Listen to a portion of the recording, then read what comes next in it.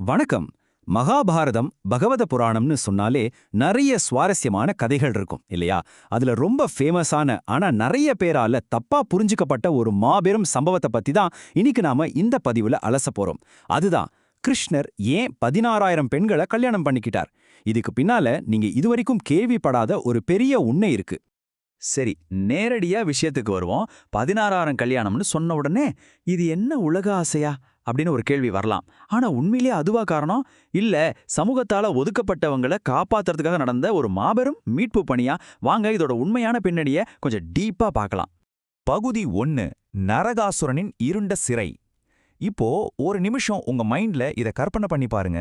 சுத்தி நெருப்பு, புயல் மேகங்கள், நடுவுல ஒரு பெரிய இருண்ட அரண்மனை. அங்கதான் ரொம்ப கொடூரமான நரகாசுரன் பல நாடுகள்ல இருந்து இளவரசிகளை கடத்திட்டு வந்து சிறை வச்சிருந்தான். அந்த சிறையில எத்தனை பேர் இருந்தாங்க தெரியுமா? 16,000 பெண்கள். இது சும்மா ஒரு நம்பர் கிடையாதுங்க.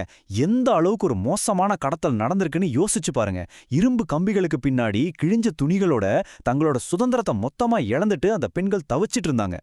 இருட்டான அந்த சிறைக்குள்ள மங்கிய தீப்பந்த வெளிச்சத்துல தினமும் கண்ணீரோட அவங்க வேண்டிக்கிட்ட ஒரே விஷயம், யாராவது எங்களை காப்பாத்த மாட்டாங்களா அப்படிங்கிறது தான்.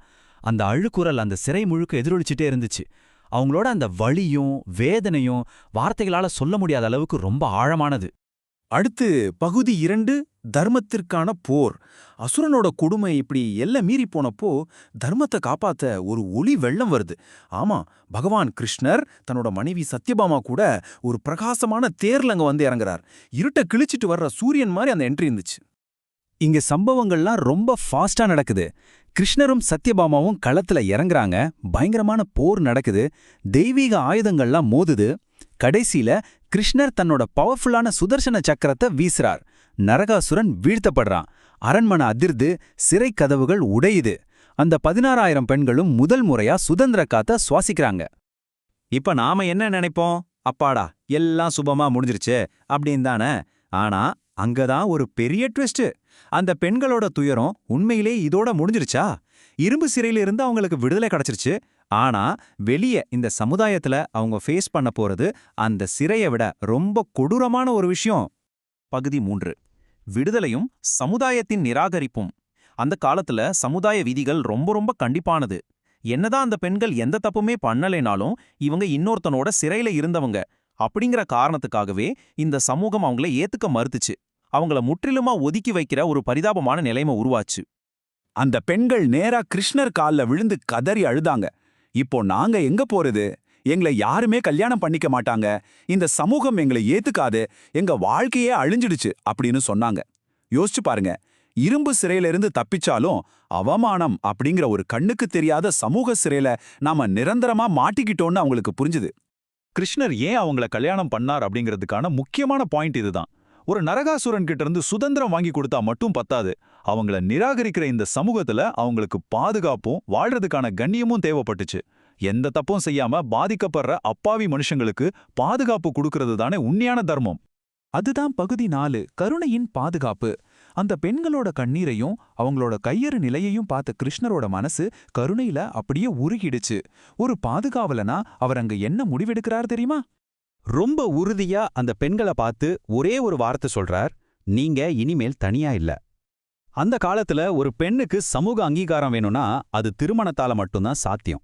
அதனால அவங்களுக்கு வாழ்நாள் முழுக்க ஒரு அரச பாதுகாப்பையும் மரியாதையும் கொடுக்கறதுக்காகவே அந்த 16,000 பெண்களையும் அவர் கல்யாணம் பண்ணிக்கிட்டார்.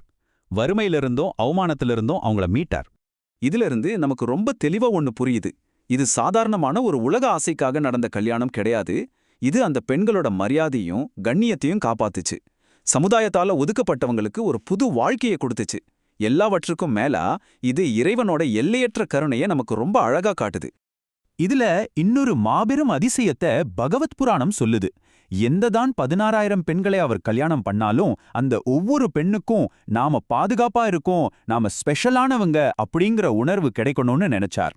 அதுக்காக தன்னோட தெய்வீக சக்தியால ஒரே நேரத்துல 16,000 வடிவங்கள்ல தோன்றி அவங்க ஒவ்வொருத்தர் கூடயும் வாழ்ந்தார் அப்படின்னு புராணம் சொல்லுது. இது உண்மையிலேயே ஆச்சரியமா இருக்குல்ல? சரி, இப்போ பகுதி 5, ஆன்மீக தத்துவம். வரலாற்றை விட்டுட்டு கொஞ்சம் தத்துவார்த்தமா ஞானிகள் இதை எப்படி பார்க்கறாங்கன்னு பார்க்கலாம். இந்த முழு சம்பவமே ஒரு பிரம்மாண்டமான பிரபஞ்ச உருவகமா பார்க்கப்படுது. இதோட மறைபொருள் எவ்ளோ இன்ட்ரெஸ்டிங்கா இருக்குன்னு பாருங்க. சிறையில இருந்த அந்த 16,000 பெண்கள் உலகத்துல தவிச்சிட்டு இருக்கிற எண்ணற்ற ஆன்மாக்களை குறிக்கிறாங்க. கிருஷ்ணர் அப்படிங்கிறது பரமாத்மா, அதாவது முழுமையான தெய்வீக ஆன்மா. இந்த திருமணம் எதை குறிக்குதுன்னா, பல துன்பங்களுக்குப் பிறகு ஒரு தனிப்பட்ட ஆன்மா பரமாத்மாவோட போய் சேர்ற அந்த இறுதி பேரின்பத்தை தான் இது குறிக்குது. அதனால ஃபைனலா நம்ம புரிஞ்சுக்க வேண்டிய பாடம் இதுதான். இந்த கதை காதல பத்தினது கிடையாது, கருணைய பத்தினது. இது ஆசைய பத்தினது கிடையாது, பாதிக்கப்பட்டவங்களுக்கான பாதுகாப்ப பத்தினது. திக்கற்றவங்களுக்கு தெய்வமே துணை அப்படிங்கறதையும், அவங்கள காப்பாத்த இறைவன் எந்த எல்லைக்கும் போவான் அப்படிங்கறதையும் இது ரொம்ப ரொம்ப அழகா உணர்த்துது. இத சும்மா ஒரு புராண கதைனா நம்மால கடந்து போயிட முடியாதுங்க. இது நமக்கு ஒரு முக்கியமான கேள்வியே எழுப்புது. அதை உங்ககிட்டயே கேட்டு நான் இந்த அலசலை முடிச்சுக்கிறேன். இன்னைக்கு நம்ம சமுதாயத்துல எந்த தப்புமே பண்ணாம பாதிக்கப்பட்டு பாதுகாப்பும் கண்ணியமும் தேவைப்படுற சூழ்நிலையில் இருக்கிற அந்த மனிதர்கள் யாரு? அவங்களுக்கு பாதுகாப்பு கொடுக்கிற கிருஷ்ணர்களா நாம இருக்கோமா? கொஞ்சம் யோசிச்சு பாருங்க.